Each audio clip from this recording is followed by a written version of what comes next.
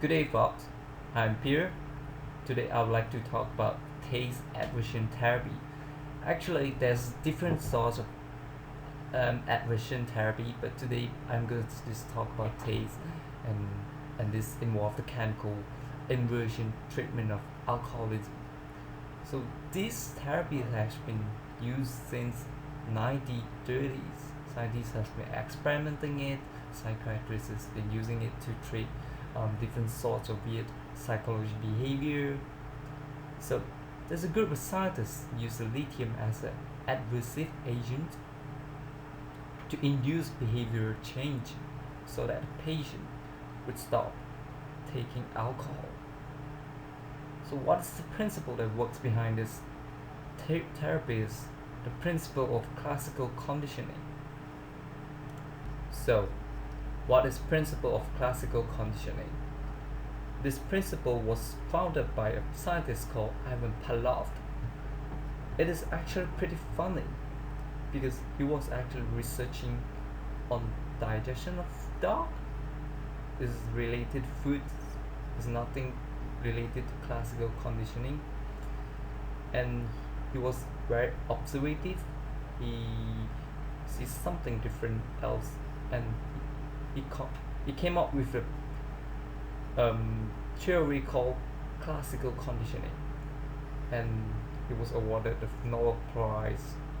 So he proposed that classical conditioning is a form of learning which a new involuntary response is acquired as a result of two stimuli being presented at the same time. So let's say you see a milk on the table and you are very happy. As a milk lover, you will just drink all of them. On the next day, you get food poison. You experience nausea, stomachache, diarrhea, and just keep on vomiting. So what happened here is you're not aware. You don't even know why have caused this food poison. You would just blame that, oh, this milk, this must be problem with this milk. So you basically never drink this milk again, or probably won't buy this milk. Basically, the reaction of you pinpointing at the milk can be explained by the three stages of classical conditioning, which is the before, during, and after. During the before stage, you see the milk, which is a neutral stimulus, and this just gives neutral response. And the next is the bacteria, the unconditioned stimulus, and this bacteria actually make you sick, which is the unconditioned response. So what happened during the consumption is the bacteria and this unconditioned stimulus repaired with the milk neutral stimulus, and this pairing of these two stimuli will result in a new involuntary response, and this response is the sickness that you have experienced, unconditioned response. So at the after stage, after the pairing of this bacteria and milk, this milk has become conditioned stimuli, and it's resulted in sickness that you have experienced, which is conditioned response. This conditioned response, I'm referring to sickness basically, probably means that you will refuse to drink the milk on the next time, or next 10 days, next 10 months. You just refuse to drink it. And what is important is you refuse to drink it even though there's no bacteria in the milk, and this reaction is actually involuntary, and you're not well aware that the bacteria is in the milk. Next, there's a group of scientists came up with a question. Would a drug result in taste aversion to alcohol? So the design a study, and this study is to study the aim of lithium as aversion agent used in chemical aversion therapy of alcoholism on human. They have proposed a few hypotheses. One of it is actually the effectiveness of aversion increase as dose of lithium increases. Another one is chemical aversion treatment using lithium is effective.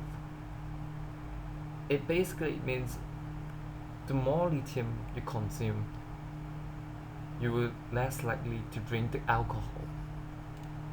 Next, 25 patients addicted with alcohol are randomized into two groups.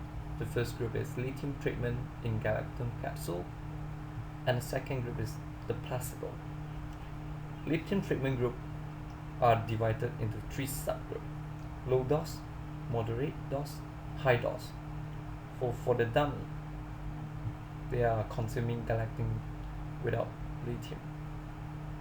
So these patients were asked to consume alcohol, and they were asked to swallow the pill, and this result in sickness. So they are left aside and for recovery. After they have recovered,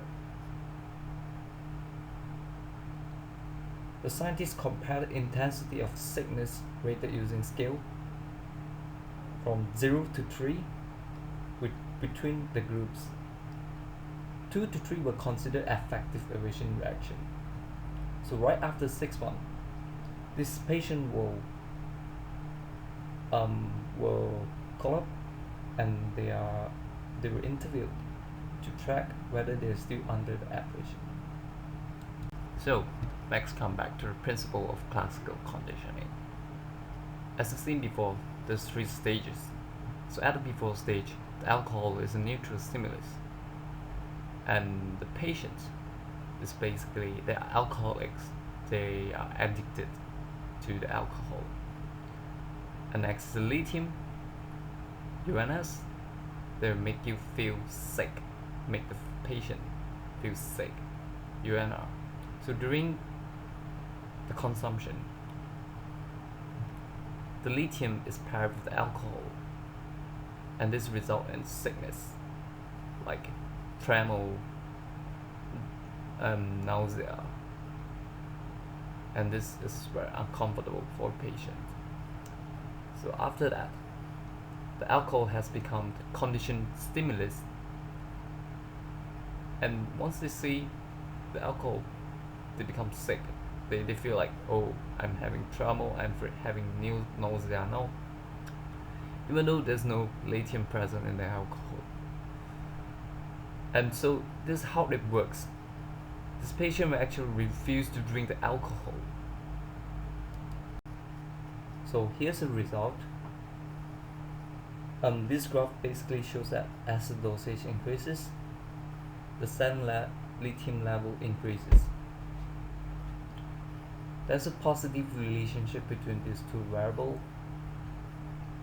There's another distinct observation you can see here is actually the serum lithium level after 19 minutes is much higher than serum lithium level after 24 hours.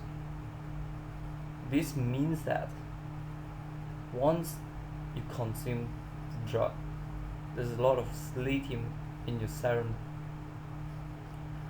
and then as the time proceeds, the serum will probably be excreted, and this causes a lower serum lithium level being measured.